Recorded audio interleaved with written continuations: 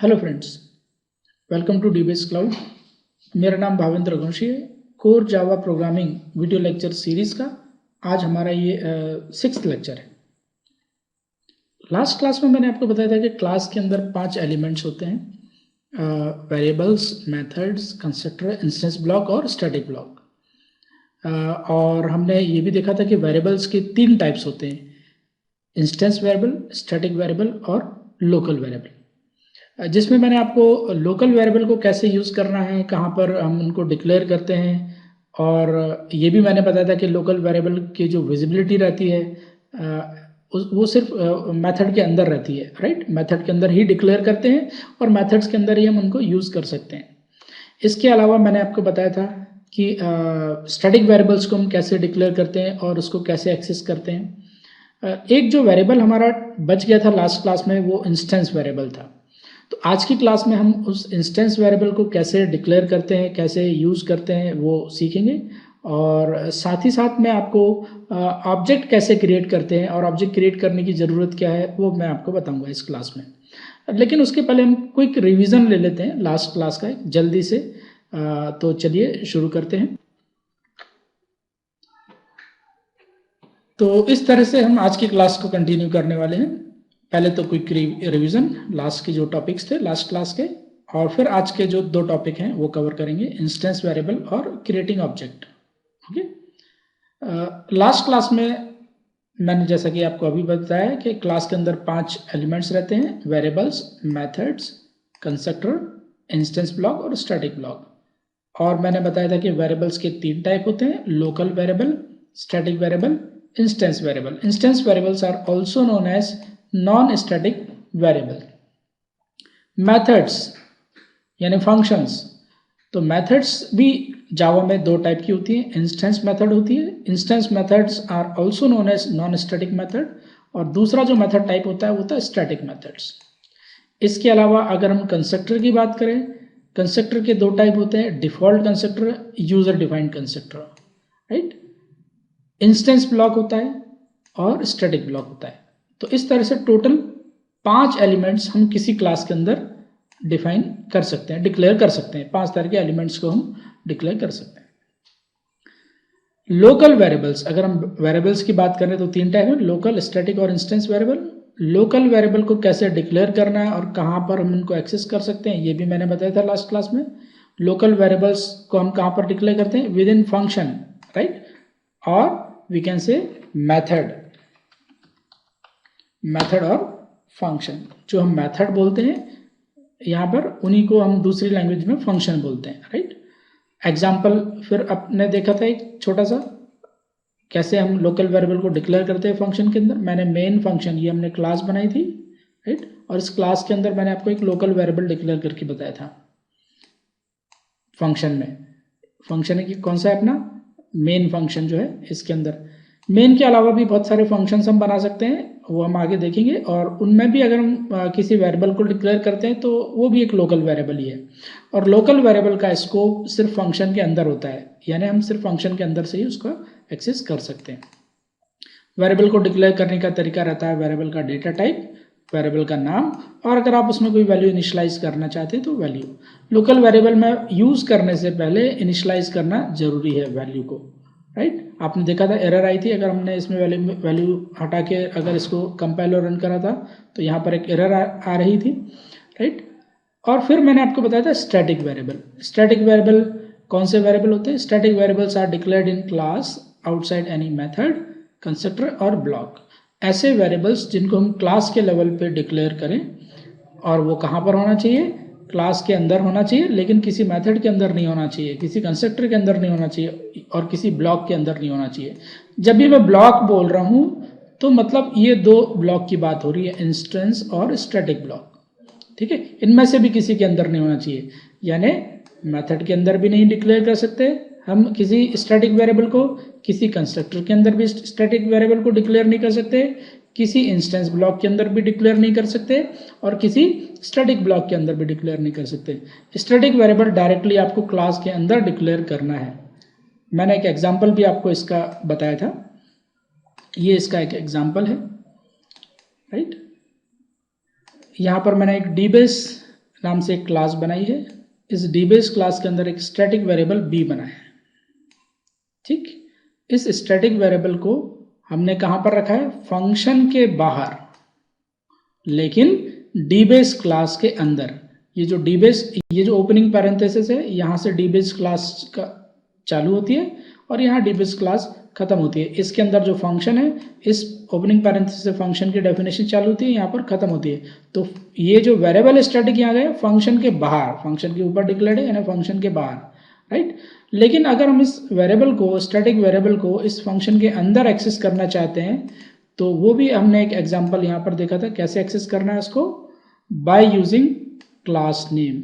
मैंने यहाँ पर गलती से लास्ट क्लास में, मैं इस क्लास में तो उसको करेक्ट कर चुका हूँ। ये जो नोट्स मैं बना रहा हूँ, गलती से मैंने यहाँ पर डीबेस की जगह टेस्ट लिख लिया था।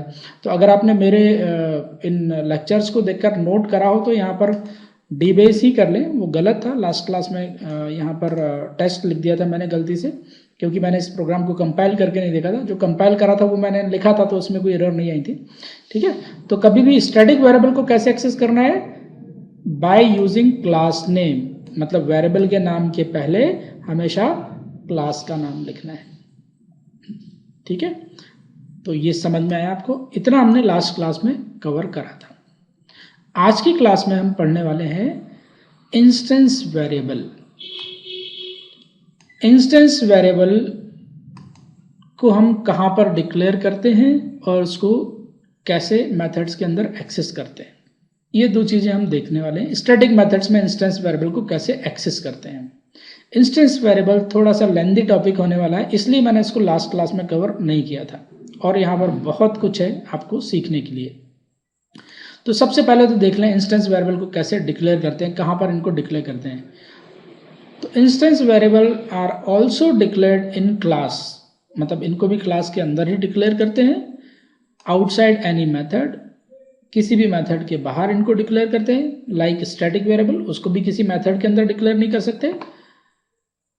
आउटसाइड कंस्ट्रक्टर और ब्लॉक, यानी कंस्ट्रक्टर के अंदर भी इंस्टेंस वेरिएबल को नहीं बना सकते और नॉर्मल ब्लॉक के अंदर भी नहीं बना सकते। ब्लॉक मतलब इंस्टेंस ब्लॉक या स्टैटिक ब्लॉक के अंदर भी नहीं बना सकते। लेकिन एक चीज जो स्टैटिक ब्लॉक से डिफरेंट है वो ये कि विदाउट यूजिंग स्टैटिक कीवर्ड, मतलब जब भी आपको इंस्टेंस वेरिएबल बनाना है तो स्टैटिक कीवर्ड का यूज नहीं करना है। सीधे डेटा टाइप ऑफ वेरिएबल और वेरिएबल का नाम, ये आपके सामने एक एग्जांपल है। मैंने यहाँ पर एक टेस्ट क्लास बनाई है और इस टेस्ट क्लास के अंदर मैंने int c नाम का एक इंस्टेंस वेरिएबल बनाया है।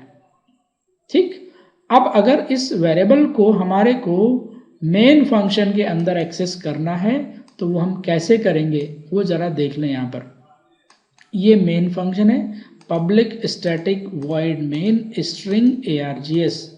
ठीक है, इस मेन फंक्शन के अंदर हम इस स्टैटिक वेरिएबल को एक्सेस करना चाहते हैं, तो एक्सेस कैसे करेंगे?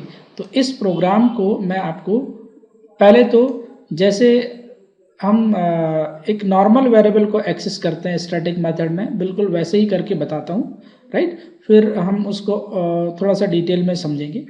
तो मैं ये प्रोग्राम आपके लिए बिल्कुल एज इट इज़ लिख के बता देता हूँ। पूरा नोटपैड में ओपन कर लूँ,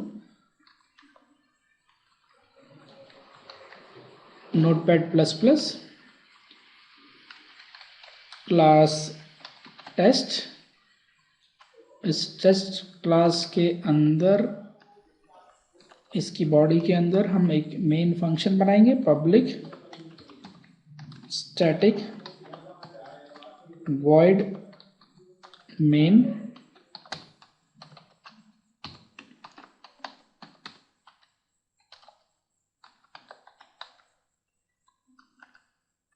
ओपनिंग क्लोजिंग पैरेंथेसिस।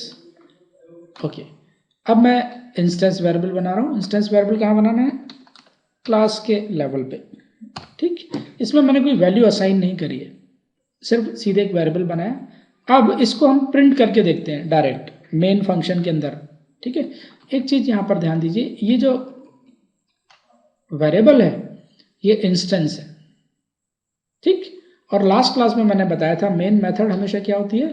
स्टैटिक होती है। ठीक है, ओके। तो हम इंस्टेंस वेरिएबल को स्टैटिक मेथड में कैसे एक्सेस करना है जरा ये एक बार देख लें। तो मैं सबसे पहले तो डायरेक्ट एक्सेस करके देखता हूँ उसको, system dot out dot println variable का नाम सी। ठीक, यही है वेरिएबल का नाम। इस प्रोग्राम को हम सेव कर लें, file save as, C drive में टास्क फोल्डर के अंदर टेस्ट डॉट जावा। मैं एक काम करूं, जो पहले से टेस्ट डॉट जावा है उसको डिलीट कर दूं और डीबेस को, इनको पूरा डिलीट कर देता हूं। दोबारा से मैं सेव करता हूं टेस्ट डॉट जावा, जिससे आपको कोई कन्फ्यूजन क्रिएट ना हो। ये मैंने फाइल का नाम मैंने आपको बताया था। जब तक मैं बहुत डिटेल में आपको ना बताऊं सारी चीज़ें, आप फाइल का नाम और क्लास का नाम हमेशा सेम रखें। ठीक है, कुछ केसेस में हम इसको डिफरेंट रख सकते हैं, ऐसा नहीं है हमेशा सेम रखना, लेकिन जब मैं बताऊंगा उसके बाद ही वो आपको करना है। तो ये मैंने सेव कर लिया। अब इसको कंपाइल करना है, तो कंपाइल करने के लिए जैसा हम हमेशा करते हैं, सबसे पहले कमांड प्रॉम्प्ट ओपन कर लें। अब हम डायरेक्टरी चेंज कर लें। चेंज डायरेक्टरी के लिए cd C:/टास्क, क्योंकि हमने टास्क फोल्डर में प्रोग्राम को रखा हुआ है, राइट। टास्क फोल्डर में आ गए।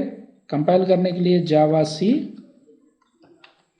टेस्ट डॉट जावा, ये हमारी डॉट जावा फाइल है। इसको जब हम कंपाइल करेंगे तो इससे एक डॉट क्लास फाइल जनरेट हो जाएगी, ये आपको मालूम है। लेकिन यहाँ पर आ गई है एक एरर, और एरर क्या है इसको समझना बहुत जरूरी है। एरर है non static variable C can not be referenced from static context. देखिए अभी तो बहुत छोटा सा प्रोग्राम है, एरर को ट्रेस करना उतना मुश्किल नहीं है, लेकिन कई बार आप 2000-3000 लाइन का कोड लिखेंगे इन फ्यूचर, तो कैसे एरर को ट्रेस करें, एरर को कैसे पहुँचे, एरर तक कैसे पहुँचे। तो सबसे पहली चीज़ तो आपको लाइन नंबर यहाँ से पता लग जाएगा कि एरर कहाँ पर है, किस लाइन पर है। और दूसरा फिर इस एरो पे ध्यान देना है कि एरर पर्टिकुलर उस लाइन में किस जगह पर है। अधिकतर मोस्ट ऑफ द केसेस ऐसे रहेंगे कि ये एरर को ही सीधे पॉइंट करेगा। ओके, तो दोबारा से मैं इस एरर को पढ़ के आपको बता रहा हूँ, फिर उसको समझाने की कोशिश करता हूँ। एरर है लाइन 5 पे, नॉन स्टैटिक वेरिएबल, मैंने आपको बताया था इंस्टेंस वेरिएबल को नॉन स्टैटिक वेरिएबल ही बोलते हैं। सी जो हमने बनाया है उस वेरिएबल का नाम क्या रखा था, C, can not be reference from static context. मैंने आपको बताया था कि मेन मेथड स्टैटिक मेथड होती है। ठीक है, तो हम नॉन स्टैटिक वेरिएबल को, जो स्टैटिक मेथड है यानी स्टैटिक मेथड का एरिया है, उसमें एक्सेस नहीं कर पा रहे हैं, ये इस एरर का मतलब है। ठीक, अब क्या हम इंस्टेंस वेरिएबल को स्टैटिक मेथड के अंदर एक्सेस कर ही नहीं सकते, या कोई तरीका है जिससे हमको इसको एक्सेस करना है? तो बिल्कुल कर सकते हैं, ऐसा नहीं कि कर नहीं सकते, लेकिन इसके लिए कभी भी अगर आपका वेरिएबल इंस्टेंस वेरिएबल है और अगर आप उसको स्टैटिक मेथड के अंदर एक्सेस करना चाहते हैं, तो एक तरीका है। सबसे पहले आपकी जो क्लास है उस क्लास का आपको ऑब्जेक्ट क्रिएट करना पड़ेगा। ठीक है, ओके, तो जरा हम देख लें कि ऑब्जेक्ट कैसे क्रिएट करते हैं। ऑब्जेक्ट क्रिएट करने का सिंटेक्स क्या है। ठीक है, object is also known as instance. ये बात मैं आपको कई बार रिपीट करता रहूँगा, बिल्कुल आपको ये बात बहुत अच्छे से समझ में आना चाहिए। आगे कंसेप्ट्स को और अच्छे से समझने के लिए, जल्दी से समझने के लिए, कि जब भी मैं इंस्टेंस बोल रहा हूँ जावा में, तो मतलब मैं ऑब्जेक्ट की या ऑब्जेक्ट के लेवल पे बात कर रहा हूँ। ठीक है, और कभी भी अगर मैं स्टैटिक वर्ड का यूज कर रहा हूं तो मैं क्लास लेवल की बात कर रहा हूं। ठीक है, तो इंस्टेंस ऑब्जेक्ट को और क्या बोलते हैं, अभी तो फिलहाल आप ये समझ लीजिए, synonym of object is instance.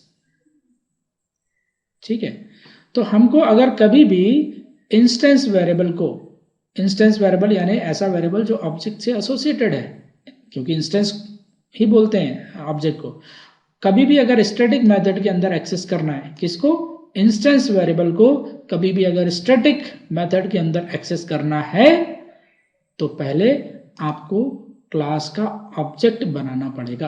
Class का ऑब्जेक्ट कैसे बनाते हैं ये सिंटैक्स है। सबसे पहले लिखते हैं क्लास का नाम, क्लास तो टेस्ट है तो क्लास का नाम क्या लिखा, टेस्ट टी।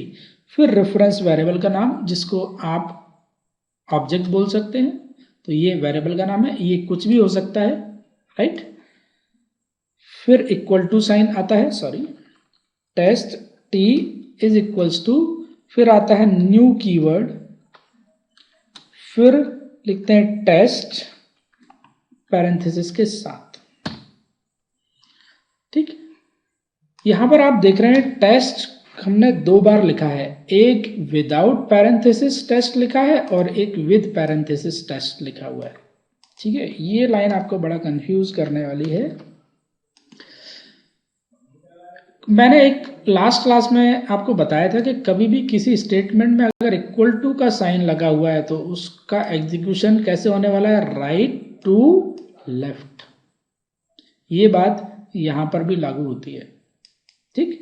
यहां पर मैंने तो पहले इन दोनों की मैं डिफरेंस क्या है ये बता दूं, यानी टेस्ट जिसके साथ पैरेंथेसिस नहीं लगा और टेस्ट जिसके साथ पैरेंथेसिस लगा हुआ है।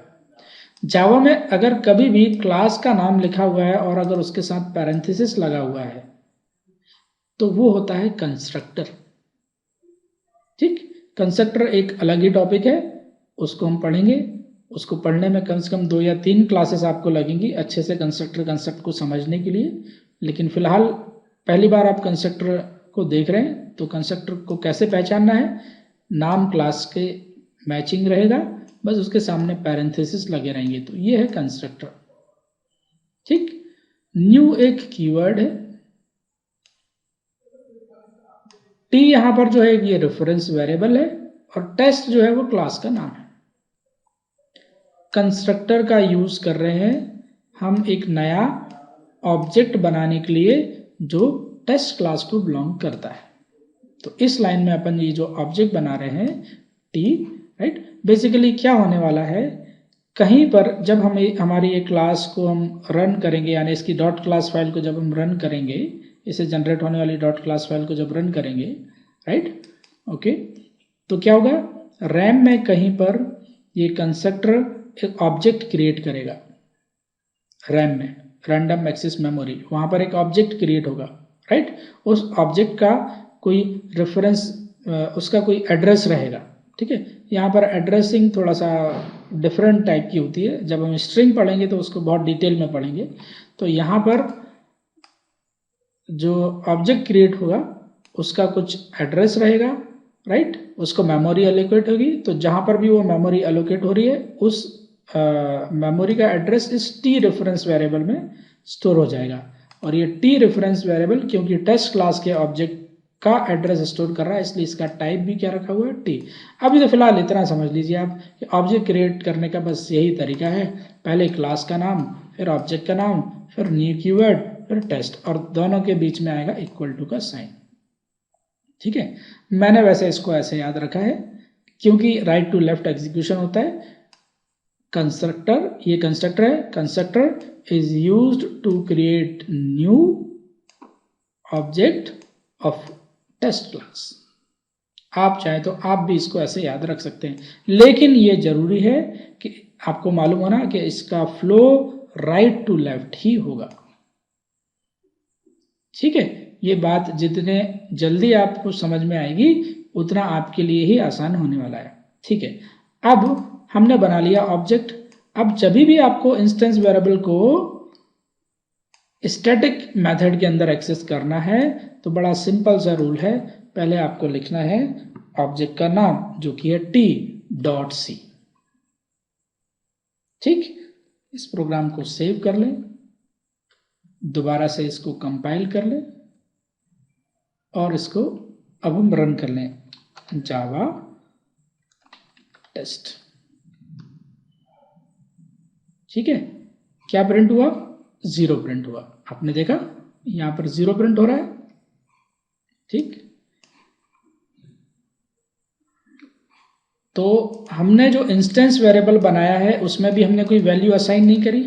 तो यहाँ पर एक चीज़ और हमारे को समझने वाली है कि अगर कोई भी इंटीजर टाइप का इंस्टेंस वेरिएबल है और अगर हम उसमें कुछ वैल्यू स्टोर नहीं करते तो उसकी डिफ़ॉल्ट वैल्यू क्या होती है, 0। लेकिन मैं फिलहाल इसमें कोई वैल्यू स्टोर कर देता हूँ, 100। प्रोग्राम को सेव कर दें, दोबारा से इसको कंपाइल करता हूँ, कंपाइल, और ये मैंने फिर इसको रन कर दिया 100। ठीक, गुड। अब ये आपको समझ में आ गया कि इंस्टेंस वेरिएबल को कैसे एक्सेस करना है। जल्दी से मैं इसमें दो वेरिएबल और बना लूँ। एक वेरिएबल बना लूँ local, int a is equal to 1000, ठीक है, ओके। ये हो गया लोकल वेरिएबल। क्यों हो गया भाई लोकल वेरिएबल ये? क्योंकि हमने इसको फंक्शन के स्कोप के अंदर डिक्लेयर किया है। इसको प्रिंट करने के लिए हम क्या लिख दें, इसको डायरेक्ट एक्सेस कर सकते हैं।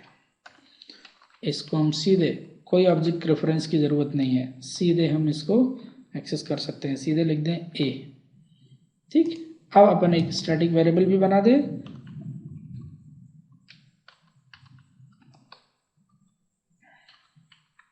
सॉरी,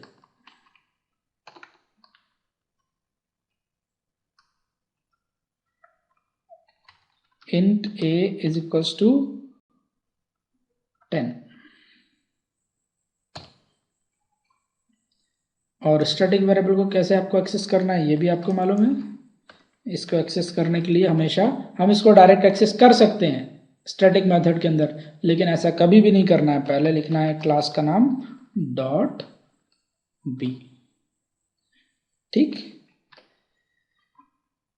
ये जरूर छोटी छोटी चीज़ें हैं, लेकिन इनका बहुत इम्पैक्ट पड़ने वाला है आपके सीखने के ऊपर। अगर आपको इनको सही तरीके से फॉलो करेंगे तो आपके लिए चीज़ें बड़ी आसान होने वाली हैं। जावा बहुत सरल है, कोई डिफ़िकल्टी नहीं होती कभी जावा को सीखने में।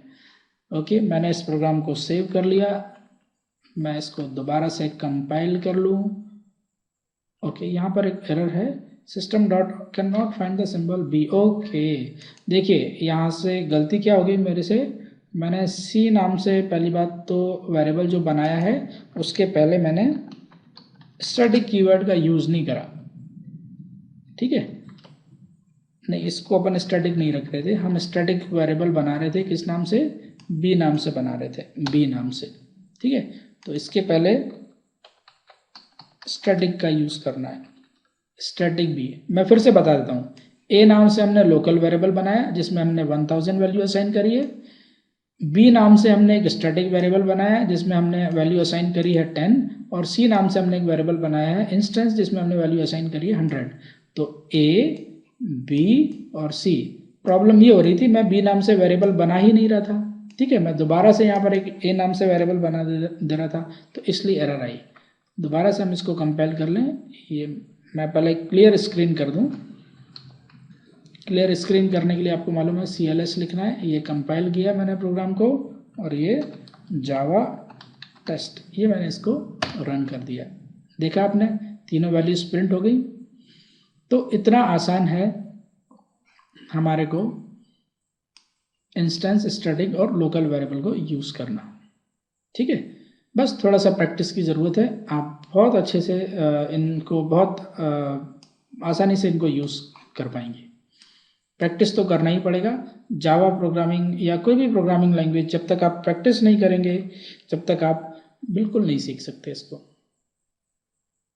तो आज के लेक्चर में बस हम इसको यहीं पर ख़त्म करेंगे। एक बार जल्दी से देख लें हमने क्या पढ़ा है।